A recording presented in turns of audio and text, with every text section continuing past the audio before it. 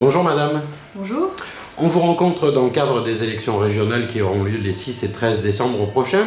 On reproche souvent au Front National de ne pas avoir de programme économique ou d'avoir un programme économique proche des socialistes, à savoir l'État au centre de tout. Que répondez-vous à vos détracteurs ? Je dis que c'est toujours facile, si vous voulez, de caricaturer. Et d'ailleurs, moi j'ai saisi l'occasion de ces élections régionales et de la compétence du développement économique, justement pour être audible sur un sujet où malheureusement nous sommes souvent peu entendus ou largement diabolisés. Déjà, avant toute chose, j'invite les téléspectateurs à aller se rendre sur mon site internet avecmarion.fr où ils verront le détail de ce que nous proposons, que nous avons bien un programme, et de surcroît je les invite aussi à aller voir ce qui se fait dans les mairies Front National, qui sont des mairies où aujourd'hui l'endettement a baissé jusqu'à 11 millions d'euros à Fréjus en 1 an et demi, où les impôts ont été baissés dès que possible, à plusieurs reprises même dans certaines d'entre elles. Nous sommes très loin, vous le constatez, du programme socialiste ou mélenchoniste, comme j'ai pu l'entendre de façon totalement absurde depuis maintenant des semaines. Mais c'est l'argument de Nicolas Sarkozy, ça. Vous avez dit récemment à Marseille que le développement économique de la région ne mobilisait que 78,9 millions d'euros en investissement et 102,9 millions d'euros en fonctionnement. Si vous êtes élu, que feriez-vous et dans quel domaine ? Oui, c'est la démonstration aujourd'hui que le développement économique est l'enfant pauvre un peu de la politique de la majorité socialiste, avec la complicité d'ailleurs de l'UMP. Et dans ces conditions, c'est vrai que notre objectif c'est justement de recentrer la région sur cette priorité de développement, en augmentant d'une part le budget, avec comme objectif de passer de ces 78 millions d'euros à 500 millions en fin de mandat, donc un objectif moyen de 100 millions d'euros d'augmentation par an, d'une part, et d'autre part, d'axer et d'organiser le service économique afin que les très petites entreprises aient accès au partenariat de la région, que ce soit avec de la garantie bancaire, du prêt, du conseil, ou pour les plus grosses de la prise de participation, avec une cellule d'aide au remplissage des dossiers, pour que les petits chefs d'entreprise ne soient pas disqualifiés par la complexité des dossiers d'une part, mais aussi un traitement des dossiers au plus près des gens par département, avec un comité départemental qui serait présidé par un élu chef d'entreprise, donc quelqu'un qui parle le même langage si je puis dire, et un représentant de la CCI, un représentant de la Chambre des métiers de l'artisanat, un représentant d'un syndicat patronal, des gens qui sont des professionnels de l'économie qui seront en mesure d'analyser la viabilité du projet et s'il est judicieux que l'argent public soit investi dans ce projet, qu'il soit de la création, du développement ou de la reprise. Vous parlez d'un fonds régional pour les petites et moyennes entreprises que vous doteriez de 100 millions par an. Comment et par qui serait-il financé et géré ? En réalité, ce serait plus que 100 millions, parce que 100 millions, c'est l'augmentation que nous aimerions accumuler jusqu'à la fin du mandat annuellement. Je lui dis pour objectif en fin de mandat à 500 millions. Ce fonds, en fait, il regrouperait un certain nombre de structures qui existent actuellement à la région, que nous chercherons à mutualiser, pour avoir un guichet unique, une seule porte à laquelle frapper pour les chefs d'entreprise, et ne pas se perdre, si vous voulez, dans le marasme des services qui sont aujourd'hui actuellement la région. Concernant les personnes, je ne vais pas vous donner de nom, parce que je vais justement présenter les équipes qui vont m'accompagner demain à la région, à la fin de ce mois de novembre. Ce que je peux vous dire en tout cas, c'est que le vivier humain, nous l'avons, puisque pour vous donner un comparatif, sur nos listes actuellement, nous avons environ une trentaine de chefs d'entreprise. À l'inverse, la liste de Christian Estrosi n'en contient que 8, et la liste de Christophe Castaner n'en contient que 2. C'est donc la démonstration que sociologiquement, les listes qui représentent le plus et le mieux le monde de l'économie, c'est bien les listes du Front National, et c'est cohérent, puisqu'aujourd'hui nous sommes majoritaires auprès de toutes les tranches d'actifs, donc de la France qui travaille, dans l'ensemble des sondages de Fillon. En matière de formation, vous voulez faire la chasse aux dépenses inutiles. Quelles sont-elles ? En réalité, le vrai problème de la formation, c'est pas un problème de budget.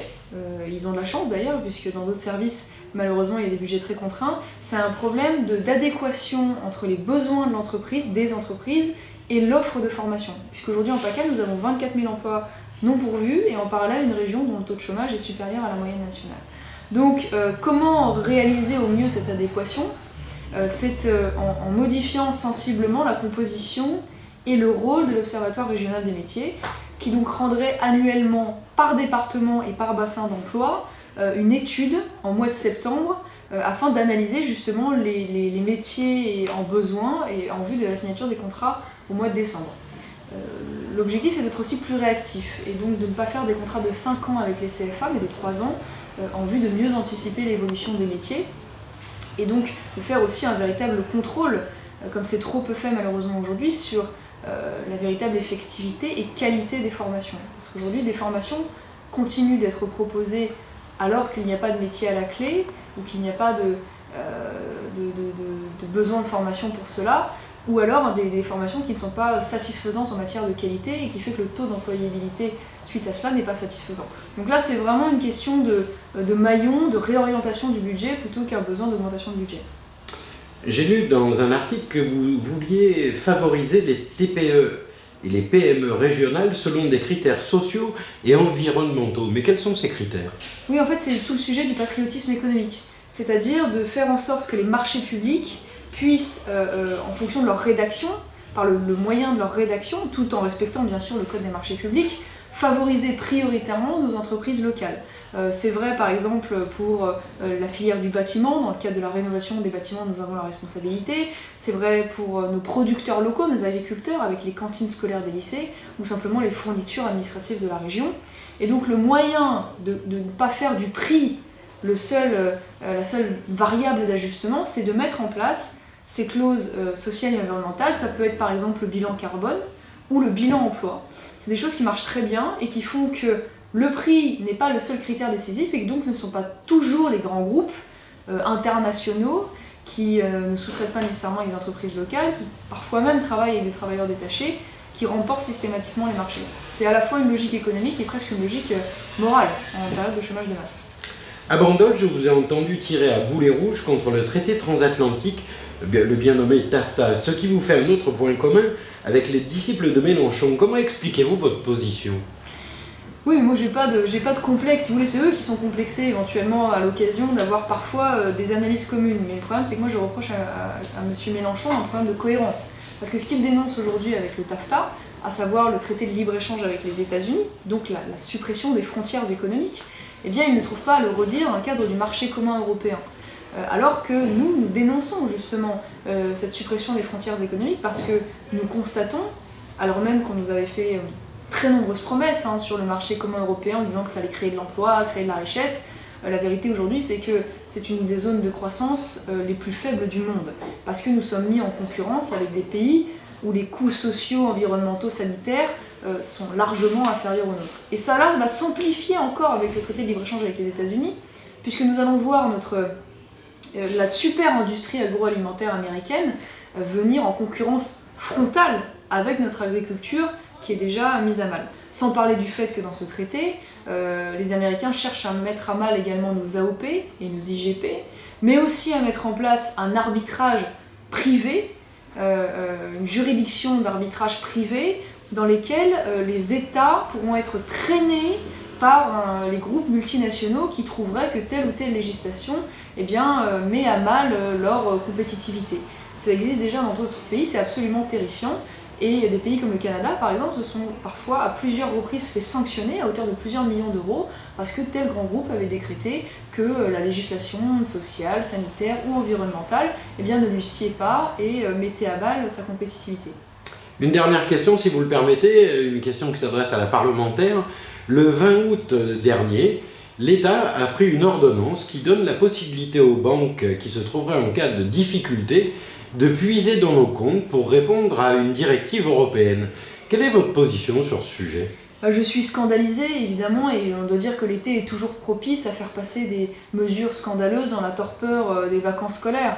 C'est profondément antidémocratique, et surtout là-dessus, je me félicite que le Front National ait été le premier à alerter sur le fait que cette mesure qui a déjà été mise en place, appliquée à Chypre, risquait d'être appliquée demain aux Français. Ça veut dire concrètement que en cas de nouvelles difficultés sur les marchés financiers, si jamais les banques souffrent de nouveau de la crise qu'il y a pu y avoir en 2008, après avoir largement spéculé avec l'épargne des Français et placé cet argent sur des marchés à risque, s'ils perdent de l'argent, ils pourront aller sans difficulté puiser et remettre leurs fonds à plein avec l'argent des épargnants des Français. Voilà une mesure absolument terrifiante qui démontre une fois de plus la collusion malsaine qu'il existe entre la finance d'un côté et le monde politique qui est actuellement au pouvoir de l'autre. Mais pour autant, à l'Assemblée nationale ou au Sénat, personne n'en parle. Bah, c'est vrai qu'en effet ça a été trop peu relevé, on en avait parlé en réalité à l'époque, puisque, et je vous dis même en amont, puisque déjà à l'époque chypriote où ça avait été imposé aux habitants de Chypre, eh bien nous avons crié au scandale et alerté les Français en disant voilà, demain ça arrivera en France. Et preuve en est, nous sommes au premier étage de la fusée, l'Union européenne a généralisé ce système totalement inique, et il n'est pas du tout exclu que cela soit fait par anticipation d'une crise nouvelle, puisque structurellement, ils n'ont pas réglé les problèmes.